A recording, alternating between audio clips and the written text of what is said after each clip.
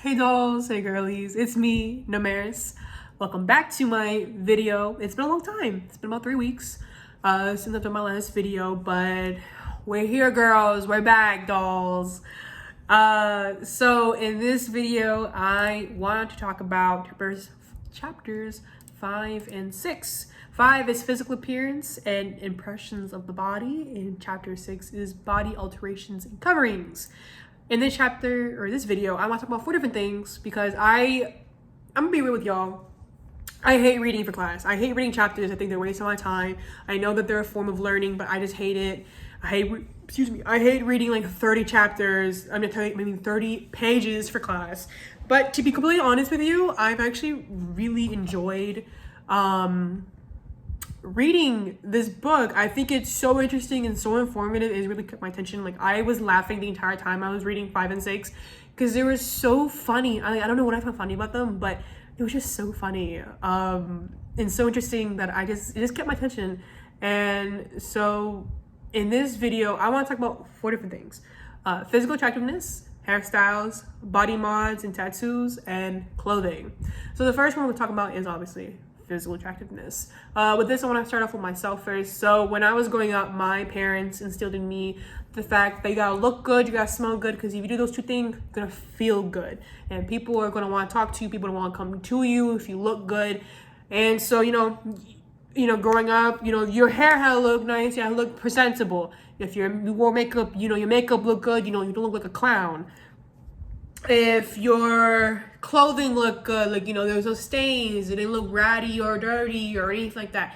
Ignore my clothing. I know, I'm in my PJs, I'm in my own house, sue me.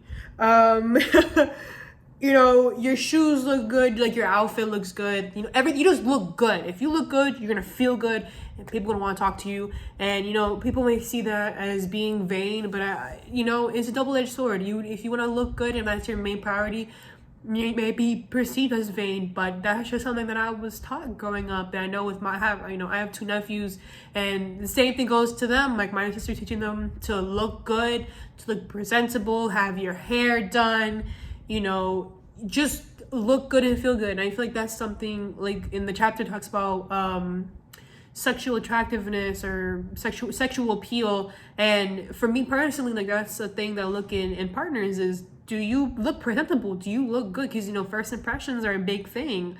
Like, is your hair did? Do your clothing look good? Not like name brands or anything, but I'm not looking, I'm not that vain. But like, do you look good? Do you look presentable? Do you feel good about what you're wearing? Is that body confidence? That confidence, is that coming from you with the outfit? Are you giving me looks? Are you serving it? Like, do you look good just in general? And that's a big thing for me. Like, I feel like that, like, I know in society it's a big thing, physical appearance. And like they mentioned, like, I think Gwyneth Paltrow was like Woman of the Year in 2013, most beautiful woman. Like, yeah, okay, not me, she don't do it for me, girl. But I could see that of her being like attractive, but like in a Hollywood standard, because she's young, not young, but she's, that was shady. Because she's white, tall, thin, and blonde, and that's physically attractive in Hollywood. I remember in the chapter I was talking about how men look at 3 things. It's like I'm about to say big breasts. I'm about to say tits. Big breasts, a small waist, and just like skinny. And then women looked at small butts and, well, back in the 1970s, it was like small butts, thin and athletic looking. But nowadays, women want like muscular looking men. If you want to know my preferences, girl, come talk to me in the comments, because I'm not going to reveal to y'all what I find attractive in people. That's my secret that I won't tell in this video. We can talk about it somewhere later. You can hit me up. Anyway. next thing I want to talk about is hairstyles. If you haven't noticed, yes, girlies, yes, girls and guys, I do have a mullet. My hair is actually also really curly, if you can't tell.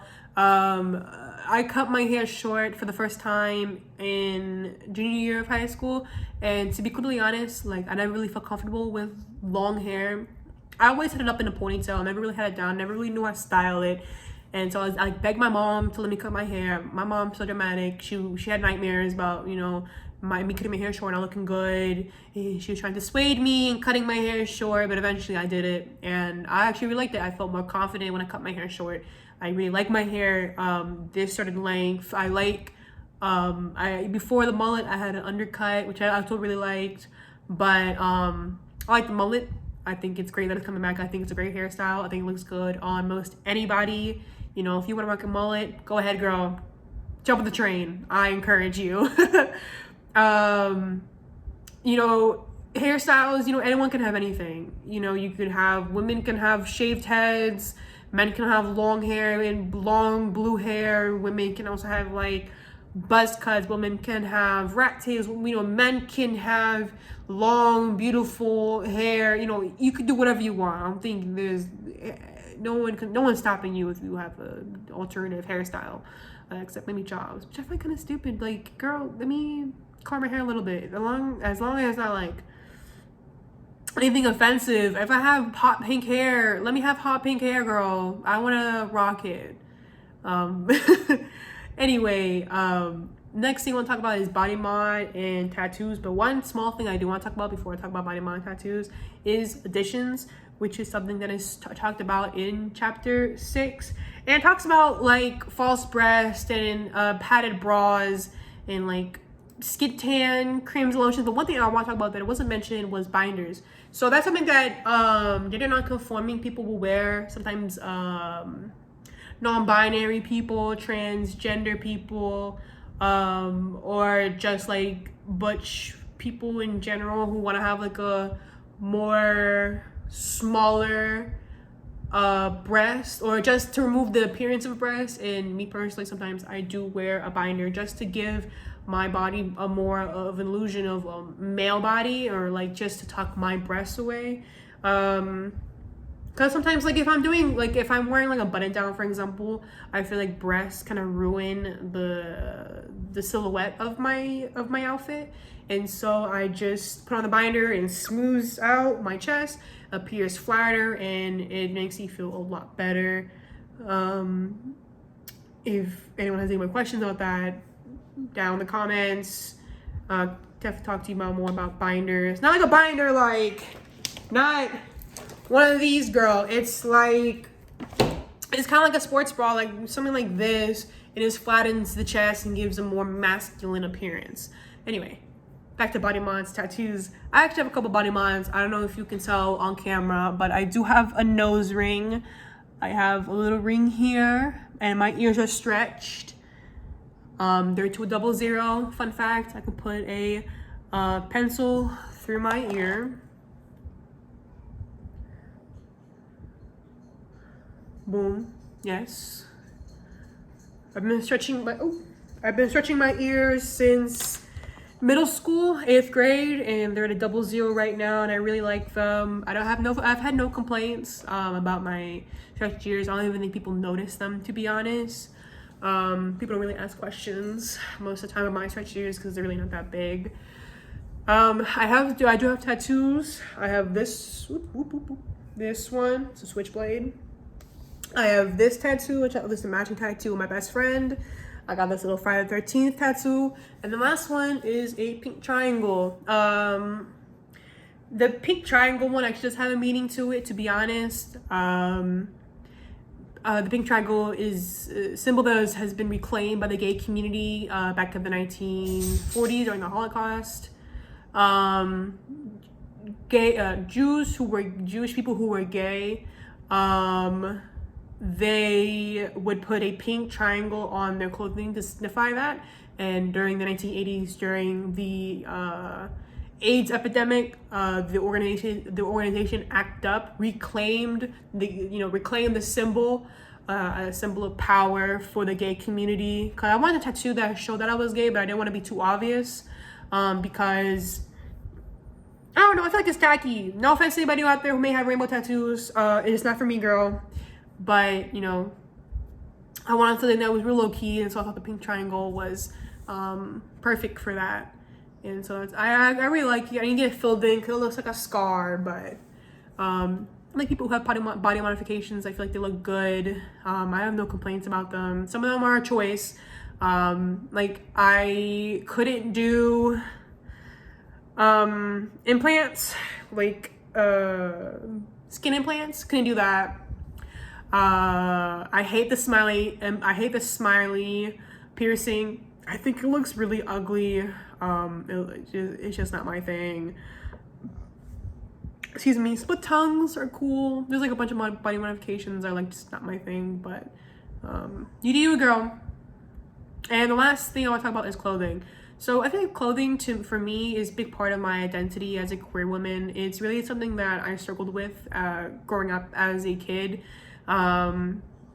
My mom really hated the fact that I wanted to be more masculine, because as a kid I really was a tomboy. I hung out with the boys, I wrestled, I played football, I played with BB guns. You know, I really was a tomboy growing up, and that was the thing like that I wanted to show in my physical appearance. And so growing up, it was a real struggle because my mom wanted me to be more feminine.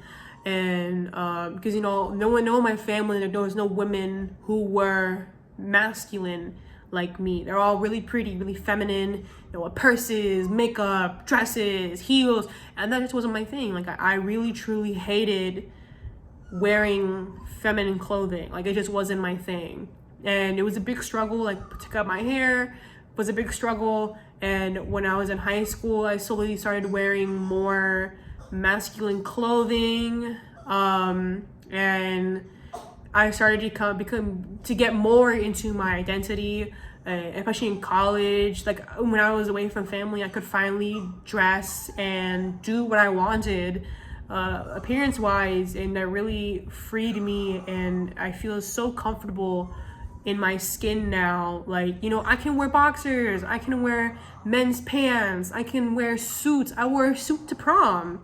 Like little Damaris could not fathom wearing a suit to prom. I could not believe it, and I did. And I was so happy and so excited to do so.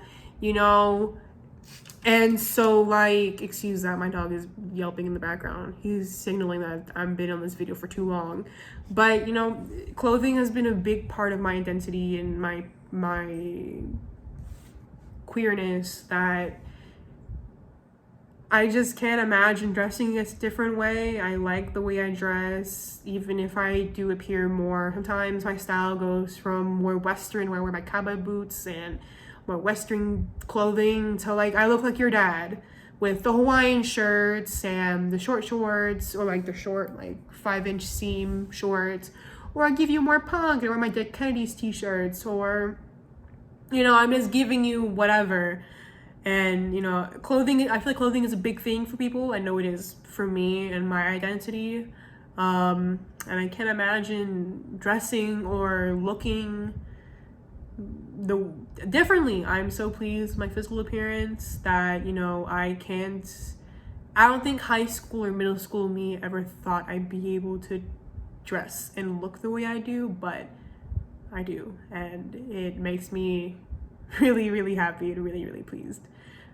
So I have been going on for so long, girl. It's almost 14 minutes, so I'm gonna wrap this video up. I hope you enjoyed the video, and if I don't see you later, have a good morning, good afternoon, good evening, and good night.